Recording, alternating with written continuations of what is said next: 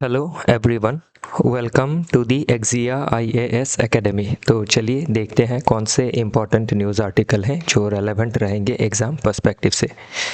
Admission open है, आप हमारे फाउंडेशनल कोर्स से जुड़ सकते हैं जिसमें हम आपको कम्प्रीहेंसिव कवरेज प्रोवाइड करेंगे पूरे सिलेबस का। उसी हिसाब से स्टडी मटेरियल दिया जाएगा। रेगुलर टेस्ट कंडक्ट कराई जाएंगी फॉर प्री एंड मेंस, जो कि वीकली रहेगा। जो भी गाइडेंस रहेगा एक्सपर्ट एंड एक्सपीरियंस फैकल्टी के द्वारा ही दिया जाएगा। वन ऑन वन मेंटोरिंग के तहत आपके जितने भी डाउट हैं उनको कैटर किए जाएंगे। इन हाउस लाइब्रेरी फैसिलिटी भी अवेलेबल है जिससे जुड़ के आप अपने प्रिपरेशन को और बेटर बना सकते हैं। फर्दर चीज़ों को डिटेल में जानने के लिए आप कॉन्टैक्ट कर सकते हैं हमारे ऑफिशियल कॉन्टैक्ट नंबर जो कि है 6002417488। तो देखते हैं आज का पहला आर्टिकल। तो आज का पहला आर्टिकल स्पेशली दो आपके डिजीज़ के बारे में है, एड्स और टीबी फाइट के बारे में। तो एड्स और टीबी का जो बर्डन है इंडिया में काफ़ी ज़्यादा है। टीबी का ग्लोब का 25% बर्डन इंडिया के पास है। एड्स का अगर देखें तो ग्लोब का जितना टोटल परसेंटेज ऑफ टीबी है उसका 7.5% जो आपका टीबी केसेस है वो इंडिया से बिलोंग करता है।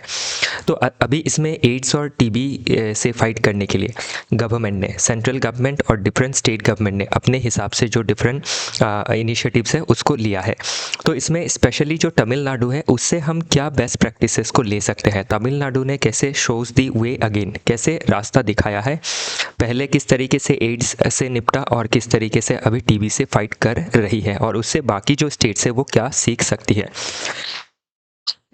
तो ये जो पर्टिकुलर आर्टिकल है उसका जो सब्सटेंस है वो मैं इसमें आपको बताने वाला हूँ। तो तमिलनाडु ने आपकी एक जो मॉडल ऑफ गवर्नेंस है कि किस तरीके से हम डिजीज़ को बेटर गवर्न कर सकते हैं, उसमें उन्होंने क्या चेंज लाया है वो हम देखेंगे। तो इसका जो सेंट्रल आर्ग्यूमेंट है वो है कि जो ब्यूरोक्रेटिक स्ट्रक्चर है ऑफ हेल्थ इम्प्लीमेंटेशन का वो काफ़ी ज़्यादा इम्पॉर्टेंट है देन मेडिकल इंटरवेंशन। तो इसमें ये क्या कहा गया है कि जो दवाइयाँ है या फिर जो डायग्नोसिस है उसकी अवेलेबिलिटी में कमी नहीं है, वो अवेलेबल है। लेकिन प्रॉब्लम कहाँ पे है कि जो आपका गवर्नेंस में है कि किस तरीके से हेल्थ को गवर्न किया जाए। जो ब्यूरोक्रेटिक आपकी स्ट्रक्चर है उसमें चेंजेस लाने की ज़रूरत है ताकि जो भी पॉलिसीज ली जाती है उसको बेटर इम्प्लीमेंट करके, बेटर इवोल्यूशन करके उसका बेटर आउटकम हम निकाल सके और जो भी लेकुनास है उसको हम दूर कर सके। तो इसमें तमिलनाडु ने क्या किया कि तमिलनाडु स्टेट एड्स कंट्रोल एक सोसाइटी बनाई और इसी सोसाइटी के तहत क्या है, ब्यूरोक्रेसी हो या फिर हेल्थ डिपार्टमेंट हो और जो लोकल पॉपुलेशन है या फिर जो कम्युनिटी पार्टिसिपेशन हम देखते हैं इन सिविल सर्विसेज, तो उसमें तमिलनाडु ने जो है बेहतर अचीवमेंट हासिल की है थ्रू दिस TNSACS, जिसका फुल फॉर्म है Tamil Nadu state AIDS control society, जिसको 1994 में बनाया, जिसने रेवोल्यूशनाइज किया फंड यूटिलाइजेशन को। और अभी जब ये सोसाइटी बना दी गई तो जो पैसा है सीधा सीधा सोसाइटी के पास आया और जो ब्यूरोक्रेट आपका हर्डल्स रहता है पैसे सेंक्शन करने का, उसको इम्प्लीमेंट करने का, वो चीज़ें दूर हो गई। फ्रॉम एड्स टू टीबी, तो अब इस आर्टिकल में ये चीज़ें ड्रॉ की गई है कि किस तरीके से सक्सेसफुल कंटेनमेंट हुआ है of HIV AIDS epidemic in the 1990s and 2000। तो 2000 तक किस तरीके से जो आपका बैटल है अगेंस्ट एड्स और टीबी उसमें सफल रही है तमिलनाडु की जो ये सोसाइटी है एज वेल एज ओवरऑल जो तमिलनाडु है। तो अनइवन बर्डन, अभी हम पूरे देश का अगर इसमें डेटा देखें तो अनइवन बर्डन है। इंडिया कैरीज ए डिसप्रोपोर्शनेट ग्लोबल टीबी बर्डन। तो ग्लोब का 25% टीबी केसेस इंडिया में पाया जाता है। 7.5% of global cases of HIV India से है। और इसमें भी क्या है, विद इन स्टेट भी अगर देखें तो अनइवन है। किस तरीके से 5 स्टेट जो है UP, Maharashtra, MP, Bihar and Rajasthan, इसमें सबसे ज़्यादा टीबी के केसेस पाए गए हैं, 56% ऑफ टीबी इन्फेक्शंस। तो अभी इसमें ध्यान रखिएगा, जो भी UP PSC MP PSC दे रहे हैं या फिर BPSC RPSC दे रहे हैं उनके लिए ये क्वेश्चन बन सकता है अपने स्टेट के पर्सपेक्टिव से। टेक्नोलॉजिकल जो इंटीग्रेशन है, अभी तमिलनाडु ने क्या किया है, पायोनियरिंग अपने आप को मॉडल बनाया है by developing ICMR NIE to predict TB mortality risk. तो ये क्या कर रहा है, टीबी मोर्टालिटी रिस्क को ये आपके कंटिन्यूसली मॉनिटर कर रहे हैं, डायग्नोसिस कर रहे हैं, प्लस क्या कर रहे हैं, ट्रीटमेंट को प्रायोरिटाइज कर रहे हैं और जो न्यूट्रिशनल सपोर्ट चाहिए वो भी प्रोवाइड कर रहे हैं, क्योंकि टीबी होने का एक वजह ये भी होता है मैल न्यूट्रिशन। तो अभी ये जो पर्टिकुलर आर्टिकल है इसका हम हिस्टोरिकल जो एवोल्यूशन है वो देखने की कोशिश करेंगे। तो मिड 1980s में अगर देखें HIV एड्स का जो इमरजेंस है वो साउथ इंडिया में काफ़ी ज़्यादा देखा गया और ईस्टर्न अफ्रीका में। फिर अर्ली 1990s में इंडिया ने HIV जो प्रेवलेंस है वो बढ़ा और उसके लिए आपका क्या किया, नेशनल एड्स कंट्रोल जो प्रोजेक्ट है उसको लिया और इस नेशनल एड्स कंट्रोल प्रोजेक्ट को वर्ल्ड बैंक ने भी फंडिंग दिया है। लगभग 84 मिलियन डॉलर का जो सपोर्ट है वो इसमें हम देख सकते हैं। और इसका ट्रांसमिशन जो मोड है, किस तरीके से ये ट्रांसमिट हो रहा है, प्राइमरीली जो अनप्रोटेक्टेड हेट्रोसेक्सुअल सेक्स है बिटवीन मेन एंड वुमेन, उसके वजह से मोस्टली ये फैल रहा है इन इंडिया। और अगर स्पेसिफिकली नॉर्थ ईस्ट के केस में देखें तो नॉर्थ ईस्ट के केस में आपके जो ड्रग्स यूज़र होते हैं वो जो एक ही सिरिंज को मल्टीपल यूज़र्स उसको यूज़ करते हैं, तो जिसके अंदर HIV होती है वो ट्रांसफ़र हो जाता है through this bodily fluids because of exchange of syringe. तो अभी चैलेंज में क्या है कि जो फंड्स है उसको रूट करने में प्रॉब्लम आ रही थी, जैसे सेंटर से स्टेट गवर्नमेंट में जाना, फिर स्टेट मशीनरी के पास जाना, और उसमें क्या है आपके बहुत ज़्यादा डिले होना, इनएफिशिएंसी होना, करप्शन होना जैसे केसेस देखी गई। 1994 में एक टर्निंग पॉइंट क्या देखा गया, जो TNSACS बनाया गया बाई तमिलनाडु। तो ये एक ऐसा बेटर मॉडल था जिसने बाद में क्या किया, आपके government of India even world bank को भी हेल्प किया कि इस तरीके का मॉडल लिया जा सकता है। एक सोसाइटल पर्सपेक्टिव से कम्युनिटी एंगेजमेंट के साथ अगर हम चीज़ों को सॉल्व करने की कोशिश करें तो वो सॉल्व हो जाती है। फिर 2000 से प्रेजेंट में अगर देखें तो HIV जो एडल्ट HIV प्रेवलेंस है इन इंडिया वो ड्रॉप हो गया है। पीक था आपका 2000 में 0.54% था टोटल पॉपुलेशन का, जो कि अभी 0.22% आ गया है करंट। तो अभी करंट हमारा फोकस क्या है कि the battle has shifted to TB elimination. तो TB का परसेंटेज काफ़ी ज़्यादा है और TB क्या है, आपके आप समझ लीजिए किसी के साथ आपके सेक्सुअल कांटेक्ट आप नहीं भी बना रहे हैं, आप रास्ते में चल रहे हैं या फिर बस में बैठे हुए हैं, को पैसेंजर ने खांसा है, तो उससे क्या है हवा में जो आपकी ड्रॉपलेट्स होती है सलाइवा की, उससे भी TB फैलता है। तो इसीलिए क्या है, अभी TB एलिमिनेशन के लिए जो एम्बिशियस टारगेट था 2025 में TB को एराडिकेट करना, वो तो संभव नहीं हो पाया है, जबकि ग्लोबल जो टारगेट था वो 2030 का था। तो अभी हमें क्या करना है, इस टारगेट को शिफ्ट करके और टाइम बाउंड तरीके से चीज़ों को टैकल करना ज़रूरी है। तो क्या चैलेंज है related to HIV AIDS and TB, तो high burden and co infection है। तो high burden and co infection में क्या है, आप देख लीजिए कि India shares 25% share of global TB and 7.5% of HIV cases. तो अभी जिनके अंदर क्या है आपकी HIV है, क्योंकि HIV होते ही ये आपके जो इम्यून सिस्टम है उसको अफेक्ट करता है HIV पेशेंट के। तो जो HIV पेशेंट है उसके जब इम्यूनिटी को वीक करता है, और इम्यूनिटी वीक होने से क्या होती है, TB जैसे इन्फेक्शंस जल्दी शरीर में फैलते हैं। फिर आपका क्या होता है, जिनके अंदर MDR TB है, MDR मतलब हो गया मल्टी ड्रग रेजिस्टेंट TB। तो जो ड्रग रेजिस्टेंट हो गया है जो TB, जैसे AMR होता है एंटी माइक्रोबियल रेजिस्टेंस, उसी तरीके से MDR होता है, जो मल्टीपल ड्रग्स है वो TB के ऊपर काम नहीं करती है। तो वैसे लोगों को अगर आपका एड्स भी है TB भी है तो ये काफ़ी ज़्यादा फैटल है। फिर एक सोसाइटी में स्टिग्मा एंड अवेयरनेस का गैप है। तो TB होते ही HIV होते ही लोग उनको ऑस्ट्रिसाइज करने लग जाते हैं, तो एक अवेयरनेस का गैप है। तो अवेयरनेस को लाना काफ़ी ज़रूरी है, जो भी प्रॉब्लम है उसको टेस्ट करना ज़रूरी है, without concern about stigmatisation, report करना उसको ज़रूरी है, स्पेशली इन रूरल एरिया, तभी इसको समय से ट्रीट करके ठीक किया जा सकता है। फिर एक रिसोर्स कॉन्स्ट्रेंट का प्रॉब्लम देखा जाता है, वो चाहे आपकी फाइनेंशियल रिसोर्सेस हो या फिर लॉजिस्टिक्स हो या फिर आपके डॉक्टर हो या फिर नर्सेज हो या फिर डायग्नोस्टिक का इशूज़ हो, ये हम देख सकते हैं। एक प्रॉब्लम ये भी है कि ट्रांसमिशन जो है वो काफ़ी है इसमें, अनप्रोटेक्टेड सेक्स की वजह से या फिर निडल शेयरिंग की वजह से हेट्रोसेक्सुअल ट्रांसमिशन हम देख सकते हैं of HIV AIDS. Then opportunistic infections. तो अपॉर्चुनिस्टिक इन्फेक्शंस क्या होती है, जिनके अंदर HIV है ओके, तो उनको TB होने का जो खतरा है वो डबल हो जाता है, ज़्यादा बढ़ जाता है, तो उसी को कहा है अपॉर्चुनिस्टिक इन्फेक्शंस। तो HIV जिसके अंदर है उनके अंदर TB जल्दी इन्फेक्ट कर देती है उनको। एम्बिशियस टारगेट क्या है कि बाई 2025 हमको TB एलिमिनेट करना था हमारे देश से, ग्लोबल गोल जो था वो 2030 तक था, लेकिन because of different short of delays और बिकॉज ऑफ कोरोना वगैरह वगैरह की वजह से ये डिले हो गया है। फिर एक सोशियो इकोनॉमिक फैक्टर भी है, पॉवर्टी, मेल न्यूट्रिशन है, वीक पब्लिक हेल्थ सिस्टम है। तो ये सभी चीज़ें क्या करती है, डिसप्रोपोर्शनेट बर्डन को क्रिएट करती है स्टेट्स लाइक बिहार, उत्तर प्रदेश जैसे स्टेट में। बाकी जो की टर्मिनोलॉजी से HIV human immuno deficiency virus जो है, तो जो सेक्सुअल कॉन्टैक्ट से फैलता है, तो spread through bodily fluids like blood, semen and shared needles. अभी ध्यान रखिएगा, HIV और एड्स दोनों थोड़े अलग है।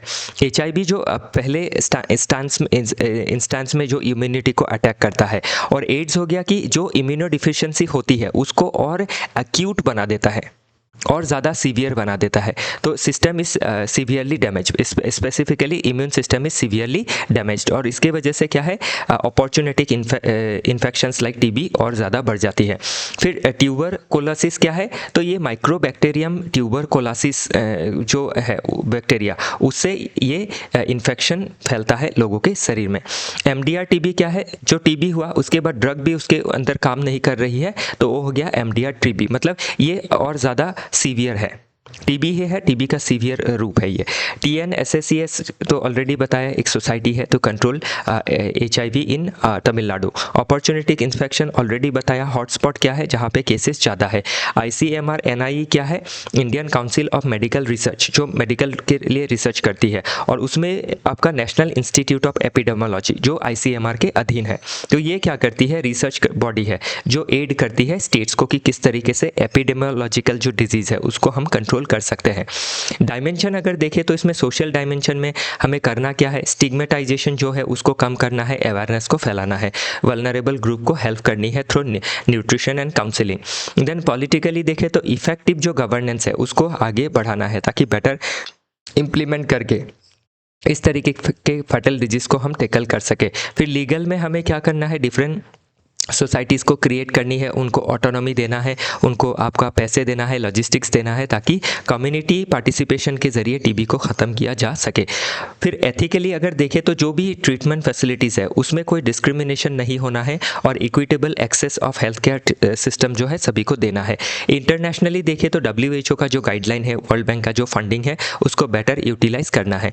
इकोनॉमी के पर्सपेक्टिव से देखें तो हमें क्या करना है, आपका जो ट्रीटमेंट बर्डन है, आउट ऑफ पॉकेट एक्सपेंडिचर है, that needs to be reduced. Okay, बाकी आप अगर खुद से NCERT पढ़ रहे हैं तो ये इन चीज़ों को थोड़ा बहुत पढ़ लीजिएगा। क्लास 12 का बायोलॉजी का chapter human health and disease, class 9 का हेल्थ फिजिकल एजुकेशन, उसमें आपका चैप्टर 1 में जो हेल्थ एंड डिजीजेस है उसको पढ़ना ज़रूरी है।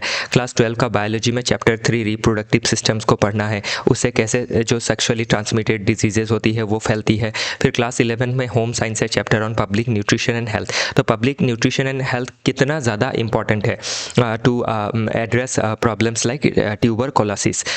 फिर ये जो पर्टिकुलर आर्टिकल हमने देखा, ये सिलेबस के डिफरेंट जो पार्ट है उससे लिंक करता है, like GS1, GS2, GS3, GS4 ऐसे and different sort of optionals. Okay, तो अभी इसका वे फॉरवर्ड हमें लिखना होगा। तो वे फॉरवर्ड में क्या है, जो तमिलनाडु मॉडल है उसमें उसको नेशनल लेवल पे रेप्लिकेट करना है, टेक्नोलॉजी को एनहांस करना है ताकि हम रियल टाइम मॉनिटरिंग कर सके, कम्युनिटी एंगेजमेंट को लाना ज़रूरी है, अवेयरनेस के लिए न्यूट्रिशनल सपोर्ट देना ज़रूरी है, फंडिंग एंड रिसर्च में और ज़्यादा पैसे खर्च करने हैं ताकि MDR TB जैसे ड्रग्स को हम MDR TB के अगेंस्ट ड्रग डेवलप कर सके, पॉलिसी इंटरवेंशन लेनी ज़रूरी है, उसमें लिंक करना है स्कीम्स लाइक आयुष्मान भारत ताकि यूनिवर्सल कवरेज दिया जा सके of this sort of diseases. फिर मॉनिटरिंग जो है काफ़ी ज़रूरी है, प्रायोरिटाइज करना है टेस्टिंग को, रिपोर्टिंग को वगैरह वगैरह। तो ये रहा हमारा पहला आर्टिकल जो हमने काफ़ी बारीकी से समझने की कोशिश की है। नेक्स्ट हम देखते हैं nuances in the debate of the age of consent. तो ये मामला क्या है, इसको मैंने पास्ट के 2-3 बार इसको मैंने न्यूज़पेपर एनालिसिस में कवर किया है। तो इसमें स्पेशली जो एज ऑफ कंसेंट होता है, तो इसमें कौन से कंसेंट के बारे में बात कर रहा है कि the legal age at which an individual is deem capable of agreeing to sexual activity. तो सेक्सुअल एक्टिविटी के लिए जो आपकी हमारे देश में डीम्ड एज है कि एक लड़की कंसेंट दे सकती है, वो कंसेंट का एज है 18।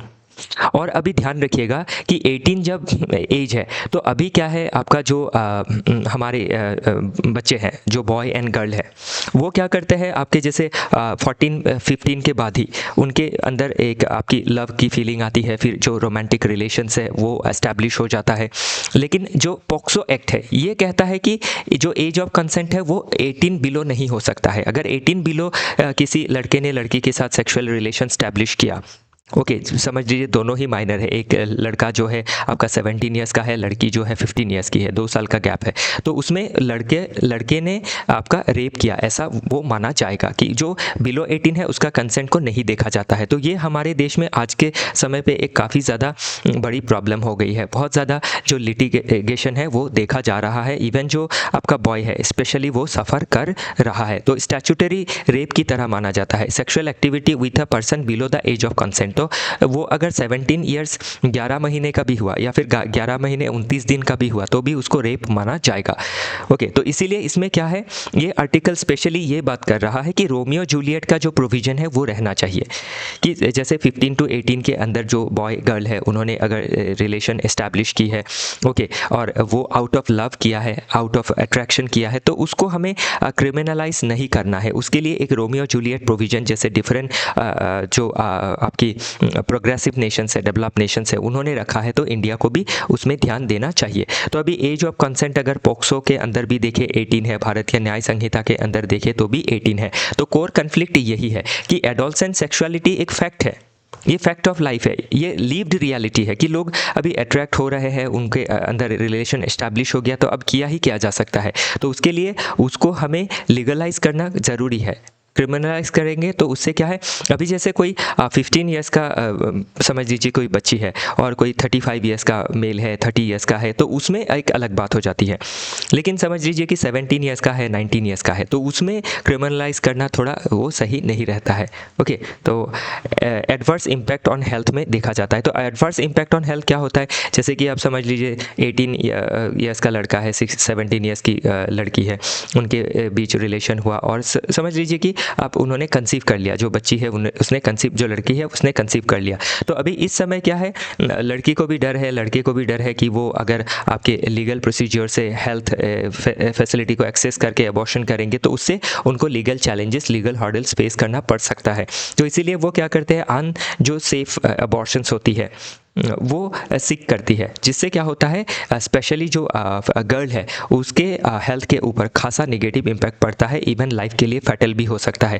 तो इस तरीके के चीज़ों को हमें रोकने के लिए जो एक लिव्ड रियलिटी हम देख रहे हैं आज के समय पे, क्योंकि बॉडीली चेंजेस आज के समय पे आप देख सकते हैं, बॉडीली चेंजेस हो या फिर because of access of internet people have जो सेक्सुअल ओरिएंटेशन होता है वो बहुत पहले ही मैच्योर होने लगता है।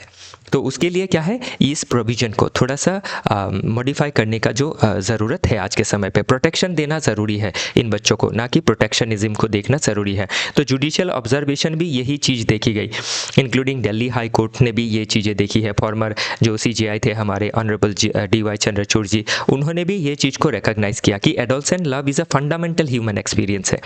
ओके, तो उसको पार्लियामेंट को अर्ज किया है कि एज ऑफ कंसेंट को थोड़ा कंसीडर किया जाना चाहिए। ओके, तो अभी हिस्टोरिकल एवोल्यूशन अगर देखें इसमें तो 1800 में ही ये डिबेट जो है चालू हो गया था कि जो एज ऑफ कंसेंट है कितना होना है। तो बाय 1949 एज ऑफ कंसेंट को 16 ईयर्स करा गया, बाद में इसको 18 ईयर्स लाया गया था। फिर 2012 का जो पॉक्सो एक्ट है उसने इसको 18 किया, 16 से 18 किया। फिर 2013 में क्रिमिनल लॉ अमेंडमेंट हुआ, जो सेक्शन 375 था, उसमें भी आपका एज को 18 कर दिया गया। फिर 2017 में Independent Thought versus Union of India जो केस है उसमें the Supreme Court criminalises sex with a wife under 18। तो इसमें मैरिटल रेप को, ओके, जो अंडर 18 के बच्चे हैं उनके साथ अगर शादी के बाद भी कोई सेक्सुअल रिलेशन बनता है तो उसको मैरिटल रेप माना जाएगा। तो इसमें आप देख सकते हैं कि ये एक अंडर 18 जो वाइफ रहेगी, जो वाइफ नहीं हो सकती है लीगली, तो उसमें रेप माना जाएगा। प्रेजेंट डे में अगर देखें तो एज ऑफ कंसेंट 18 है, तो इसको चेंज करना ज़रूरी है। चैलेंज क्या है इस पर्टिकुलर चीज़ से रिगार्डिंग, तो एक लीगल ओवरबर्डन देखा गया है कि रोमियो जूलियट केसेस जो है काफ़ी ज़्यादा आ रहे हैं और एक हाई एक्विटल रेट्स भी देखा गया है, क्योंकि जो आपकी since victim often turns hostile in court, जो विक्टिम होती है, जिसको विक्टिम की तरह एक्चुअली प्रेजेंट किया जाता है, जिन्होंने रोमांटिक रिलेशन रखा था, तो उसमें क्या है, जो विक्टिम है वो कोर्ट में पलट जाती है, अपने जो बॉयफ्रेंड होता है, आशिक होते हैं, उनको सपोर्ट कर देते हैं। तो इससे क्या होता है, एक्विटल रेट्स बढ़ती है। हेल्थ क्राइसिस जो मैंने ऑलरेडी आपको बताया, वल्नरेबिलिटी ऑफ बॉयज़ इसमें ज़्यादा है, क्योंकि गर्ल विक्टिम रहेगी, बॉय को रेपिस्ट के हिसाब से चार्ज किया जाएगा, 16-18 के जो रिलेशंस रहेंगे। और एक क्लास और कास्ट का डिस्पैरिटी भी हम इसमें देख सकते हैं। और जो दलित आपके बॉय है, उनको दलित, बहुजन, आदिवासी कम्युनिटी को इसमें टारगेट किया गया है, क्योंकि अब समझ लीजिए कि दलित बॉय है और जो लड़की है वो हायर कास्ट से है, सो कॉल्ड हायर कास्ट से है, तो दलित बॉय जो है उसके अगेंस्ट काफ़ी जो मुकदमा है वो लग सकता है। बाकी एक्सप्लेनेशन जो है की टर्म्स का वो मैंने कर दिया है। लॉजिकल एंड फिलोसॉफिकल बेसिस से देखें तो हमें इसमें क्या करना है, यूटिलिटेरियनिज्म पर्सपेक्टिव से अगर देखें तो इसमें जो हार्म है, को जो कॉज कर रहा है, ग्रेटर पॉपुलेशन को कर रहा है, और लॉ ऐसा होना चाहिए जो क्या कर सकता है, greater benefit for greater number दे सकता है। और इसमें अगर लीगल रियलिज्म देखें तो नेशनल फैमिली हेल्थ सर्वे का एक डेटा शो करता है, जितने वुमेन को ये क्वेश्चन पूछा गया कि आपने जो सेक्सुअल एक्सपीरियंस है वो कब किया था, तो उसमें 40% ऑफ वुमेन एज 25 to 49 ने ये आंसर दिया कि उन्होंने सेक्सुअल एक्सपीरियंस को बिफोर द एज ऑफ 18 ही फेस कर लिया था या फिर एक्सपीरियंस कर लिया था। ओके तो इसमें बाकी अभी वही चीज़ें हैं, एनसीईआरटी क्या पढ़नी है, सिलेबस का क्या लिंक है।